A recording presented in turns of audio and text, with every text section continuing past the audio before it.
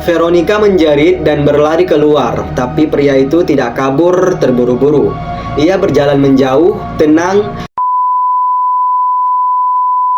Halo, assalamualaikum CS, selamat datang di channel aku. Di video kali ini aku akan membahas sebuah kasus kriminal yang dialami oleh sebuah keluarga di negara Skotlandia pada tahun 2004 silam.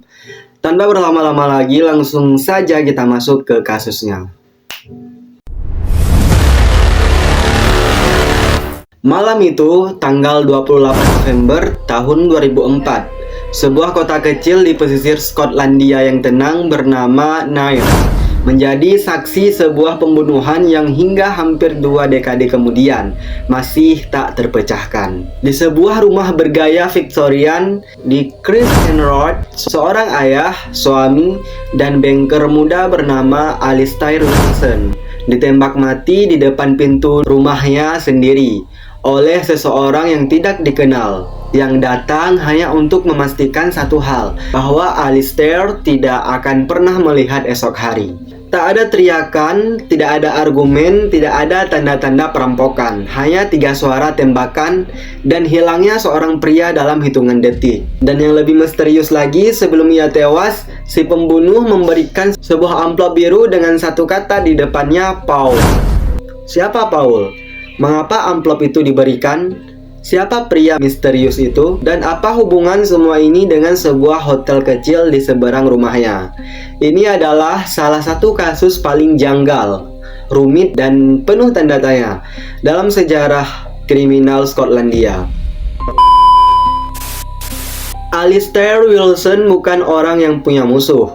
Ia adalah seorang banker berusia 30 tahun, pekerja keras, hidup sederhana, dan menikah dengan Veronica dan punya 2 anak kecil yang masih butuh perhatian. Hidup mereka damai, tanpa glamor, dan tidak pernah kontroversi. Rumah kecil mereka berada tepat di depan Havelock Hotel, sebuah hotel lokal yang sering menjadi tempat berkumpul warga sekitar. Semua tampak normal, tidak ada tanda-tanda masalah besar, sampai akhirnya satu keputusan sederhana yang tampaknya sepele mungkin telah mengubah hidupnya selamanya. Pada pukul 7 malam CS, rumah keluarga Wilson baru saja tenang. Veronica sedang menidurkan anak-anak mereka. Suhu malam itu dingin dan angin pesisir bertiup pelan. Tiba-tiba ada seseorang yang mengetok pintu rumah mereka. Veronica membuka pintu. Di sana Veronica melihat seorang pria asing, tinggi sedang, tubuh kekar, jaket bomber biru tua, topi baseball, wajah datar tanpa ekspresi. Pria itu bertanya, apakah Alistair Wilson ada di rumah? Nada suaranya tenang namun tegas. Veronica memanggil suaminya dan Alistair muncul ke pintu. Si pria itu tidak mengatakan banyak. Ia hanya memberikan sebuah amplop biru. Di depannya tertulis satu nama, yaitu Paul, bukan Alistair. Alistair mengernyit bingung. Dia masuk sebentar ke dalam rumah, membuka amplop itu, tapi amplop itu kosong. Tidak ada uang, tidak ada surat, tidak ada kode, hanya sebuah amplop biru. Veronica melihat wajah suaminya, ada sesuatu yang tidak dia pahami. Seolah-olah ada sesuatu yang Alistair Wilson sembunyikan, atau mungkin dia juga sama sekali tidak mengerti apa yang sedang terjadi. Alistair kemudian berjalan kembali ke pintu depan. Dia berniat bertanya lebih jauh kepada pria itu. Namun sebelum percakapan apapun sempat terjadi, dor. 3 tembakan, cepat, presisi, 2 tempat mengenai kepala, 1 mengenai tubuhnya.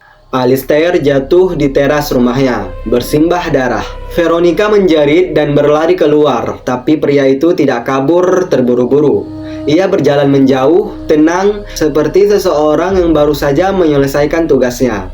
Dalam hitungan detik, ia hilang di gelapnya jalanan Nairn. Alistair masih bernafas ketika ambulan datang. Ia dibawa ke rumah sakit Regmore Inverness, tapi sekitar 1 jam kemudian dia dinyatakan meninggal. Veronica tidak hanya kehilangan suami, anak-anaknya kehilangan ayah, dan polisi kehilangan jejak paling penting, yaitu identitas sang pembunuh. Tidak ada motif jelas, tidak ada barang yang dicuri, tidak ada riwayat konflik serius, tidak ada tanda-tanda Alistair dengan kriminal. Amplop biru semakin membuat semuanya kabur. Kenapa Paul? Siapa Paul? Apakah si pembunuh salah rumah atau salah orang? Mengapa Alistair yang ditembak? 10 hari setelah pembunuhan, polisi menemukan sesuatu di selokan dekat rumah Wilson. Sebuah pistol kecil, tua, jenis Heinz-Sul, model dari era Perang Dunia Kedua. Bukan senjata yang umum digunakan penjahat modern. Bukan pula senjata yang mudah dibeli di Inggris. Bahkan beberapa penyelidik menyebut pistol seperti ini biasanya dibawa pulang tentara sebagai kenang-kenangan perang. Ini bukan senjata acak. Pelaku tahu apa yang ia lakukan. Ciri pelaku, kesaksian dari beberapa orang menyebut pelaku berusia antara 20 sampai 40 tahun. Kulitnya putih, memakai pakaian yang sengaja dipilih agar sulit dikenali, tidak menunjukkan emosi, dan seolah sudah hafal rute pelarian. Semua ini mengarah ke satu kesimpulan. Pembunuh ini profesional. Beberapa minggu sebelum terbunuh, Alistair mengajukan keberatan resmi terhadap pembangunan dek besar di Havelock Hotel. Hotel tepat di depan rumahnya. Dek itu dinilai terlalu bising, terlalu dekat, dan mengganggu privasi keluarga. Sebuah keberatan sederhana. Tapi apakah mungkin seseorang membunuh hanya karena masalah renovasi hotel? Awalnya terdengar konyol, namun polisi menegaskan keberatan ini signifikan dalam penyelidikan. Ada yang merasa tersinggung, ada bisnis yang dirugikan, atau mungkin keberatan ini memicu konflik yang lebih besar dari yang terlihat. Dalam investigasi berikutnya, polisi bahkan harus melakukan wawancara hingga ke Kanada, menemui seseorang yang pernah tinggal di Nairn terkait pembangunan dek hotel itu. Mengapa kasus yang tampak lokal memiliki jejak internasional? Apa sebenarnya hubungan antara hotel itu, amplop biru, dan pembunuhan? Polisi tidak pernah menjelaskan secara detail, tapi mereka berkata motifnya ada di kehidupan pribadi Alistair. Artinya bukan tentang pekerjaannya sebagai banker, bukan tentang kriminal profesional, bukan tentang dunia gelap keuangan. Semuanya kembali ke kota kecil Nairn. Kesalahan target amplop bertuliskan Paul, nama yang bukan milik Alistair. Apakah ini ditembak karena salah identitas, pembunuh salah rumah, atau amplop itu memang trik untuk menjebak Alistair agar keluar? Jika pelaku salah orang, kenapa ia menembak tanpa ragu? Dengan eksekusi profesional, cara pelaku bertindak datang dengan percaya diri, memberikan amplop sebagai distraksi, menembak 3 kali tanpa meleset, pergi tanpa panik, meninggalkan pistol di tempat yang tidak mencolok. Ini bukan amarah spontan, ini misi. Jika benar ada pemberi perintah, siapa yang ingin Alistair mati? Ada rumor-rumor yang beredar. Beberapa orang yang terkait hotel merasa keberatan Alistair itu menyulitkan mereka secara finansial.